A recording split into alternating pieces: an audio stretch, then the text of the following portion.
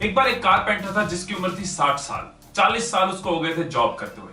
वो एक दिन अपने बॉस के पास जाता है कि बॉस, अब मैं रिटायरमेंट लेना चाहता हूँ। 40 साल आपके साथ काम किया है, अब अपने बच्चों के साथ और बच्चों के बच्चों के साथ टाइम बिताना चाहता हूँ। अब बॉस बॉस होते हैं, जाते जाते थोड़ा काम और निकलवा लिया जाए तो अच्छा है। उसका बॉस उस कारपेंटर को कहता है कि देखो, ठीक है, अगर तुझे रिटायर होना है कोई प्रॉब्लम नहीं है, तो अच्छे से रिटायरमेंट ले, लेकिन एक प्रोजेक्ट आया हुआ है, एक लास्ट प्रोजेक्ट कर जा, 2.5 महीने का प्रोजेक्ट है, उसके बाद तुझे अच्छी सी फेयरवेल पार्टी देंगे, अच्छे से गिफ्ट देके अच्छे से तेरे रिटायरमेंट को सेलिब्रेट करेंगे। अब अगर आप भी उस कारपेंटर की जगह होते तो क्या करते? हाँ बोल देते। उसने भी हाँ बोल दी और अगले दिन से काम पे आ गया। लेकिन अब फर्क आ गया, सोचा था घर बैठना है, लेकिन जबरदस्ती काम पे आना पड़ रहा है। आज तक पूरे मन से घर बनाता था, लेकिन अब आधा अधूरा मन काम पे लग रहा है। जिस कारपेंटर ने अपने पूरे करियर में बेस्ट से बेस्ट घर बनाए, वो अपने करियर के आखिरी घर को पूरे दिल से नहीं बना पा रहा। Not so good carving, not so good nailing, not so good polishing, not so good hammering, काम चलाऊ घर बना रहा है। किसी तरीके उसने 2.5 महीने लगा के आधे अधूरे मन से काम चलाऊ घर तैयार कर दिया। अब 2.5 महीने खत्म हो चुके हैं, घर रेडी और बॉस आता है इंस्पेक्शन के लिए। बॉस अभी घर की तरफ चल ही रहा होता है, घर से कुछ कदम दूर होता है तो बॉस वहां रुकता है, कारपेंटर का हाथ पकड़ता है, उसके हाथ में घर की चाबी रखता है और कहता है, ये जो घर तूने बनाया है, ये घर मेरी तरफ से तुझे तोहफा है तेरी 40 साल की सर्विस का। ये तेरा अपना घर था जो तू बना रहा था। सोचो क्या बीत रही होगी उस टाइम पे कारपेंटर के माइंड में, क्या चल रहा होगा उस टाइम पे कारपेंटर के माइंड में। जी हाँ, काश काश मुझे पता होता ये घर मेरा है, काश मुझे किसी ने बताया होता कि ये घर मेरा है, तो मैं अपने करियर का वर्स्ट घर बनाने की जगह करियर का बेस्ट घर बनाता। काश मुझे किसी ने बताया होता कि इस घर में मुझे रहना है, तो मैं एक एक कार्विंग, एक एक नेलिंग, एक एक पॉलिशिंग, एक एक हैमरिंग बेस्ट करता, क्योंकि ये घर मेरा है। काश मैं कंट्रोल Z दबा के अंडू करके घर दोबारा बना पाऊं, काश मैं अपने लिए बेस्ट घर बना पाऊं, काश काश काश काश। ये स्टोरी मैंने आपके साथ क्यों शेयर की?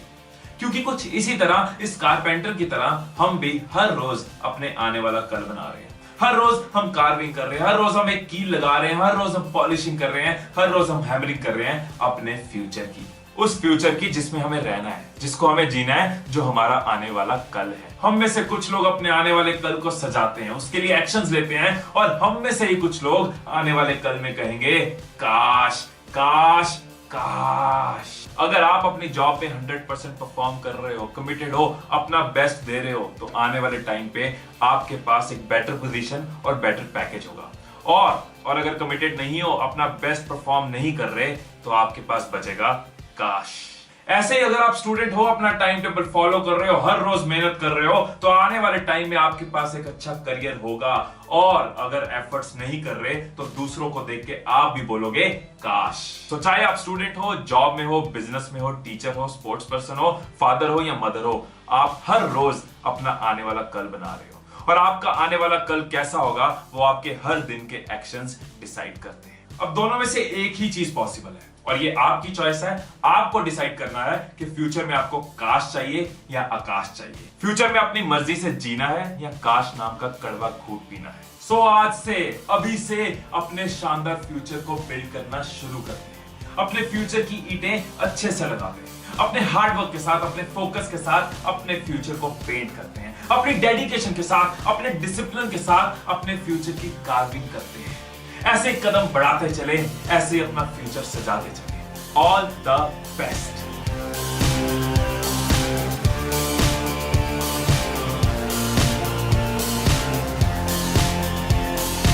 एक बार एक छोटा लड़का था जिसको गुस्सा बहुत आता था। उसके फादर को एक आइडिया आता है। वो 1 किलो का बैग लेता है और अपने लड़के को दे देता है कि जब भी अगली बार से तुझे गुस्सा आए, तो घर के पीछे जो वुडन बाउंड्री है, जो लकड़ी की बाउंड्री है, उस पे जाके एक कील ठोक दियो। वो लड़का अग्री कर जाता है और अगले दिन से जब जब उसको गुस्सा आता है, वो कील पकड़ता है, पीछे जाके वुडन बाउंड्री में जाके ठोक देता है। पहले दिन 22 टाइम्स ठोकता है, दूसरे दिन थोड़े और कम, और धीरे धीरे वो समझ जाता है कि गुस्सा कंट्रोल करना ज्यादा आसान है कील ठोकने से। फाइनली एक दिन आ जाता है कि जब उस लड़के को बिल्कुल गुस्सा नहीं आता और कील ठोकने बंद हो जाते हैं। वो अपने फादर को जाके बताता है कि अब मुझे गुस्सा नहीं आता। उसका फादर उसको कहता है कि ठीक है, अब से जब भी तू गुस्सा कंट्रोल करे, पीछे उसी वुडन बाउंड्री पे जाके हर बार एक कील निकाल दियो। वो लड़का अग्री कर जाता है और उसके बाद जब जब वो गुस्सा कंट्रोल करता है वो उस लकड़ी की बाउंड्री पे जाता है और हर बार एक एक कील निकालता जाता है।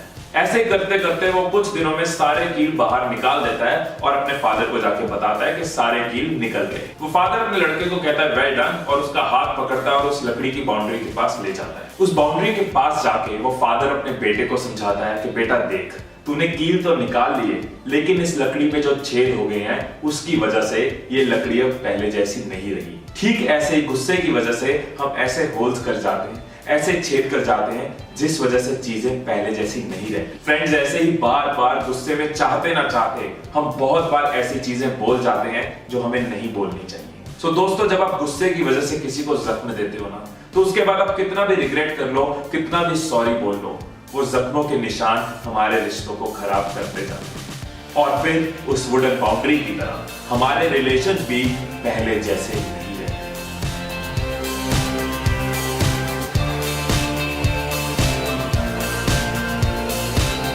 एक बार एक पेट शॉप के बाहर पेट शॉप का मालिक बोर्ड लगा रहा होता है पपीज फॉर सेल। उसकी पेट शॉप में कुछ नए पपीज आए होते हैं।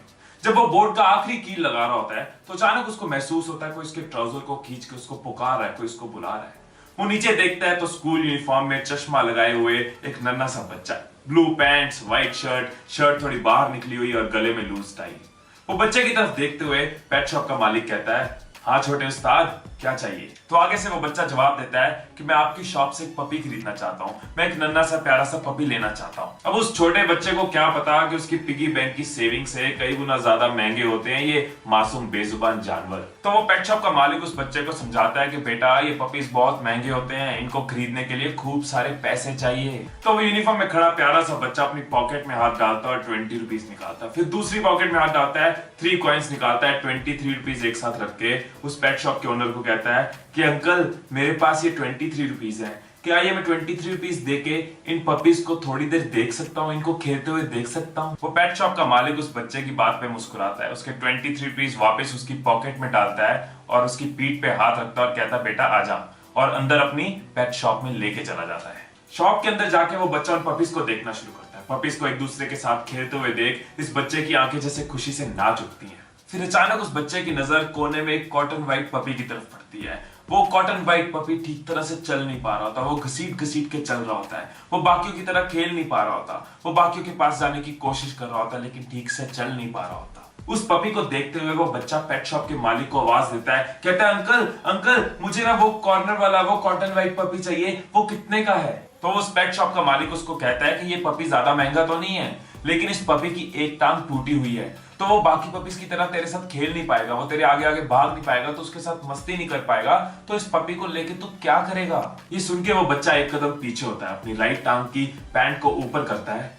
वो पेट शॉप का मालिक देख के हैरान रह जाता है कि उस बच्चे की राइट टांग पे स्टील ब्रैकेट्स लगी होती है, स्टील प्लेट्स लगी होती है। वो बच्चा मुस्कुराते हुए कहता है, देखा अंकल मैं भी नहीं भाग पाता, उसको कोई मिल जाएगा जो उसे समझ सके और मुझे कोई मिल जाएगा जो मुझे समझ सके, उसको कोई मिल जाएगा जो उसे समझ सके और मुझको कोई मिल जाएगा जो मुझे समझ सके। ये दुनिया भरी पड़ी है ऐसे लोगों से जिनको कोई चाहिए जो उनको समझ सके। बहुत बार दूसरों को जाने बिना हम उनके बारे में ओपिनियंस बना लेते हैं। यार उसकी हरकतें ना मुझे समझ नहीं आती, मेरा पड़ोसी ना बेकार है, मेरी वाइफ को ऐसे नहीं कहना चाहिए था, और ऐसी ना जाने कितनी और ओपिनियंस हम बनाते रहते हैं। जरूरी नहीं है कि जो आप दूसरे के बारे में सोच रहे हैं वो सच है। अगर आप लोगों से जुड़ना चाहते हैं, लोगों का प्यार चाहते हैं, अपने रिलेशंस को इंप्रूव करना चाहते हैं, तो दूसरों को समझने की कोशिश करें। रिलेशंस में प्रॉब्लम्स का सबसे बड़ा रीजन यही है कि अपनी बात सुनाना तो हर कोई चाहता है लेकिन दूसरे को समझना कोई नहीं चाहता। सो ये थी मेरी एक और कोशिश उलझे रिश्तों को सुलझाने की। मेरी ये कोशिश अच्छी लगी हो तो अपने फेसबुक और व्हाट्सएप पे शेयर जरूर कीजिए। Stay blessed, stay inspired.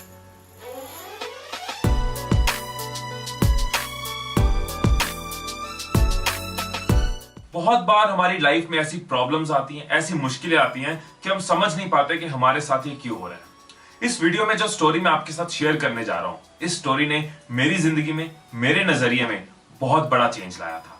तो मैंने सोचा इस वीडियो के थ्रू आपके साथ भी वो स्टोरी जरूर शेयर करूं ताकि आपकी लाइफ में, आपके नजरिए में एक बहुत बड़ा चेंज आए। एक बार एक मंदिर में एक सफाई करने वाला सेवक भगवान जी की तरफ देखता है, भगवान की मूर्ति की तरफ देखता है और कहता है, भगवान आप बोर नहीं हो जाते एक ही जगह पे खड़े खड़े, इतने सालों से एक ही पोजीशन में एक ही जगह खड़े हो? तो मेरे पास एक आइडिया है, क्यों ना हम एक दिन के लिए रोल रिवर्सल कर लें, क्यों ना हम रोल एक्सचेंज कर लें, क्यों ना हम रूप एक्सचेंज कर लें। आप मेरे रूप में एक दिन मेरी जिंदगी जी के देखो और मैं आपके रूप में एक दिन यहां खड़े हो जाता हूं। आप भी एक दिन छुट्टी लो, आप भी एक दिन ब्रेक लो, आप भी एक दिन रिलैक्स करो। भगवान जी आगे से जवाब देते हैं कि यहां खड़े होना इतना आसान नहीं है, तू अपना काम कर, मुझे अपना काम करने दे, यहां खड़े होना बहुत मुश्किल है। वो सेवक कहता है, नहीं नहीं भगवान जी, आप जैसे बोलोगे मैं वैसे करूंगा, जैसे कहोगे वैसे खड़े हो जाऊंगा, लेकिन आप एक दिन के लिए मेरी जिंदगी जी के देखो, एक दिन के लिए आप हॉलीडे लेके देखो। वो भगवान जी कहते हैं, मैं रूप तो एक्सचेंज कर लूंगा, मैं तेरे रूप में आ जाऊंगा, तू मेरे रूप में आ जा, लेकिन मेरी एक इंस्ट्रक्शन याद रखना, तूने मूर्ति बन के खड़े रहना है। लोग कुछ भी कहें, कुछ भी बोले, कोई अपने दुख सुनाए, कोई अपनी तकलीफ सुनाए, कोई कुछ तुझसे मांगे, तूने मूर्ति बन के खड़े रहना है, तूने कोई इंटरफेरेंस नहीं करनी, तूने कुछ नहीं बोलना, मेरे पास सबकी प्लानिंग है, तू बस खड़ा रहना। सेवक कहता है, डन भगवान जी, मंजूर है। सेवक मूर्ति बन के खड़े हो जाता है और भगवान उसके रूप में रिलैक्स करने, चिलैक्स करने, अपनी एक दिन की छुट्टी मनाने निकल जाते हैं। अब ये सेवक भगवान की मूर्ति के रूप में मंदिर में खड़ा है और पहला भक्त आता है जो कि एक बिजनेसमैन है। वो बिजनेसमैन भगवान के आगे माथा टेकता और कहता है, हे भगवान, मेरी दौलत और बढ़ाना, मेरे पैसे और बढ़ाना, मेरी शान शौकत और बढ़ाना, मैं एक नई फैक्ट्री लगा रहा हूं, उस पर भी अपनी कृपा बनाए रखना, हे भगवान। और आगे माथा टेकता है और जब उठता है अपना वॉलेट वहीं भूल जाता है, अपना वॉलेट वहीं भूल के वो बिजनेसमैन निकल जाता है। ये देख के मूर्ति के रूप में खड़े सेवक को बड़ी घबराहट होती है, इरिटेशन होती है कि उसका वॉलेट रह गया। उसका मन करता है उसको आवाज दे दूं, तेरा वॉलेट रह गया, लेकिन उसको याद आ जाता है कि भगवान ने कहा था तूने हिलना नहीं है, तूने कुछ नहीं बोलना, जो होता है बस देखते रहना। तो वो सेवक बिना कुछ बोले मूर्ति के रूप में खड़ा रहता है और इतने में दूसरा भक्त आता है, एक और भक्त आता है जो एक गरीब आदमी है। वो 1 रुपया भगवान के आगे चढ़ाता है और कहता है, भगवान मेरे पास बस 1 रुपया ही बचा था, वो भी तुझे चढ़ा दिया, मेरे घर में बहुत परेशानी है, बहुत गरीबी है, दवाई की जरूरत है, हे भगवान कुछ ऐसा कर, कुछ कृपा कर। वो माथा टेकता है और जब आंखें खोलता है तो उसकी नजर उस वॉलेट पे पड़ती है जो बिजनेसमैन का वॉलेट रह गया था। वो कहता है, हे भगवान तेरा शुक्र है, तूने मुझे ये पैसे दे दिए, शुक्र है भगवान, शुक्र है। वो वॉलेट लेके वो गरीब आदमी निकल जाता है। इतने में सेवक को और घबराहट होती है कि उसका वॉलेट इसने चोरी कर लिया, मैंने तो दिया नहीं। उसको और प्रॉब्लम होती है, वो कहता है, यार काश मैं रोक सकूं, लेकिन भगवान ने मुझे बोला है कि तूने हिलना नहीं है, तो मैं कुछ नहीं कर सकता। I can only wait and watch. So वो सेवक किसी तरीके अपनी घबराहट को, अपनी इरिटेशन को कंट्रोल करता है, रोकता है और मूर्ति के रूप में खड़े रहता है। इतने में तीसरा भक्त आता है, एक सेलर आता है, एक नौका चालक आता है। वो सेलर भगवान के आगे माथा टेकता है और कहता है, हे भगवान, मैं अगले 15 दिन के लिए अपनी शिप को लेके, अपने जहाज को लेके, अपने समुद्री जहाज को लेके 15 दिन के लिए काम पे जा रहा हूं, अपनी कृपा मेरे पे बनाए रखना, अपनी कृपा मेरे पे बनाए रखना। वो माथा टेक रहा होता है। इतने में जो बिजनेसमैन जिसका वॉलेट रह गया था वो पुलिस लेके आ जाता है। वो कहता है, मेरे बात तो ये आया है, इसको अरेस्ट कर लो।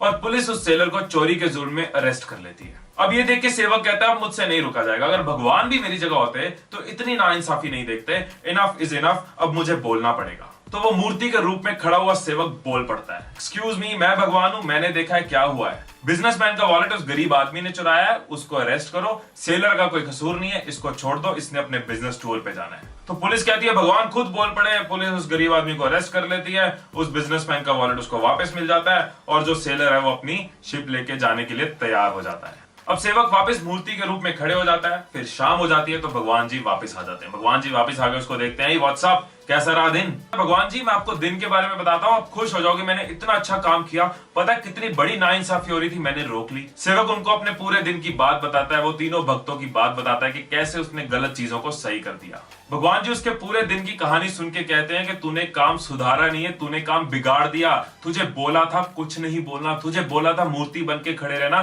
फिर तू क्यों बोला?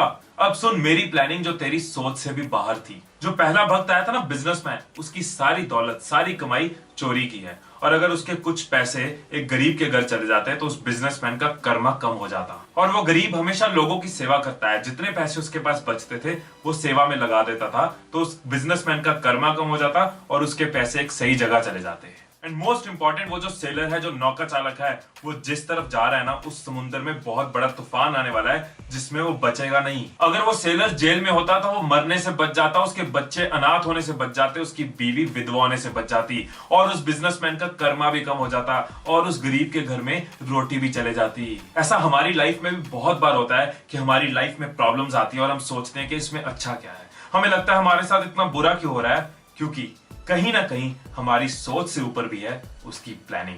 सो आज के बाद लाइफ में जब भी कोई प्रॉब्लम आए, जब भी कोई मुश्किल आए, तो उदास मत होना। इस स्टोरी को याद करना, मुस्कुराना और समझ जाना कि लाइफ में जो होता है वो अच्छे के लिए होता है। लाइफ में जो होता है वो अच्छे के लिए होता है। लाइफ में जो होता है वो हमारे फायदे के लिए होता है।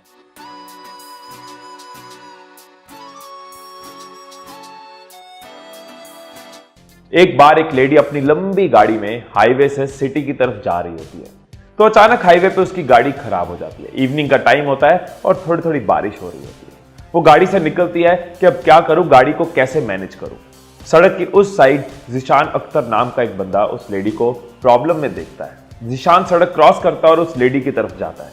लेडी एक पल के लिए घबरा जाती है कि ये बंदा मेरी तरफ क्यों आ रहा है। जिशान उस लेडी के पास जाके कहता है कि मैम, मैं चेक करता हूं आपकी गाड़ी में क्या प्रॉब्लम है, आप टेंशन मत लीजिए। जिशान गाड़ी का बोनेट खोलता है, फॉल्ट को ढूंढता है, फॉल्ट को ठीक करता है और गाड़ी वापस स्टार्ट कर देता है। वो लेडी जिशान की बहुत थैंकफुल होती है, उसको थैंक्स करती है और कहती है कि आपने मेरी प्रॉब्लम में हेल्प की, बताइए मैं आपको कितने पैसे दूं। जिशान उस लेडी को मना कर देता है कि ये मेरा काम नहीं है, इसलिए मैं आपसे इस चीज के पैसे नहीं लूंगा। हाँ, किसी टाइम पे किसी ने मेरी मदद की थी और उसने कहा था कि तुम भी आगे किसी की मदद करना और इस चेन ऑफ हैप्पीनेस को आगे बढ़ा देना। तो मैं भी आपको यही कहूंगा कि आप भी कभी किसी को जरूरत में देखो तो आप भी उसकी हेल्प करना और इस चेन ऑफ हैप्पीनेस को आगे बढ़ा देना। वो लेडी जिशान की बात से बहुत इंप्रेस्ड होती है, उसको थैंक्स करती है और उसको प्रॉमिस करती है कि मैं भी आगे किसी की हेल्प जरूर करूंगी। वो लेडी गाड़ी स्टार्ट करके सिटी की तरफ चल पड़ती है।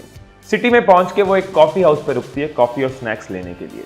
वो लेडी कॉफी हाउस में काम करती हुई एक लड़की को ऑब्जर्व करती है कि एक लड़की 7 मंथ प्रेग्नेंट है, फिर भी अच्छे से काम कर रही है, मुंह पे स्माइल है, अच्छी कस्टमर सर्विस दे रही है और पूरी एनर्जी के साथ काम कर रही है। वो लेडी उस लड़की को अपना ऑर्डर देती है, कॉफी और स्नैक्स मंगवाती है। कॉफी और स्नैक्स फिनिश करके बिल की अमाउंट रख के चली जाती है। पीछे से वो लड़की जब टेबल की तरफ आती है टेबल क्लियर करने के लिए और बिल की अमाउंट उठाने के लिए, तो वो नोटिस करती है कि बिल की अमाउंट के अलावा एक एनवेलप पड़ा है। वो एनवेलप खोलती है तो उसके अंदर 10,000 रुपीज कैश होता है और साथ में एक नोट लिखा होता है। उस नोट पे उस लेडी ने लिखा होता है कि तुम अराउंड 7 मंथ प्रेग्नेंट लग रही हो, फिर भी जॉब कर रही हो। मुझे लगता है कि तुम्हें इस टाइम पे पैसे की बहुत जरूरत है, ये पैसे तुम अपने पास रखो। किसी ने मेरी हेल्प की थी और कहा था कि आगे किसी की हेल्प करना, तो तुम भी अपने तरीके से आगे किसी की कभी हेल्प कर देना और इस चेन ऑफ हैप्पीनेस को आगे बढ़ाते रहना। वो 7 मंथ प्रेग्नेंट लड़की जिसको इस टाइम पे पैसे की ज़रूरत है, वो ये नोट पढ़ के और 10,000 कैश देख के उसकी आंखें नम हो जाती हैं। जब वो लड़की शिफ्ट खत्म करके अपने घर जाती है तो घर जाके देखती है कि हमेशा की तरह उसका पति परेशानी वाले चेहरे के साथ सो रहा है। वो अपने सोते हुए पति को पीछे से जाके हग करती है और धीरे से उसके कान में बोलती है कि अब तुम डिलीवरी की टेंशन मत लो, अब सब ठीक हो जाएगा। I love you my husband mister Zeeshan Akhtar.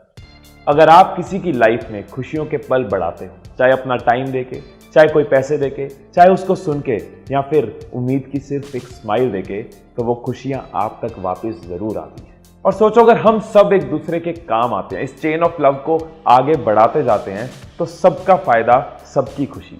मैं इस वीडियो से चेन ऑफ हैप्पीनेस की शुरुआत कर रहा हूँ। आप भी इसका हिस्सा बनिए और अपने व्हाट्सएप और फेसबुक पे इस वीडियो को शेयर कीजिए। दूसरों के काम आते रहिए और चेन ऑफ हैप्पीनेस को आगे बढ़ाते रहिए।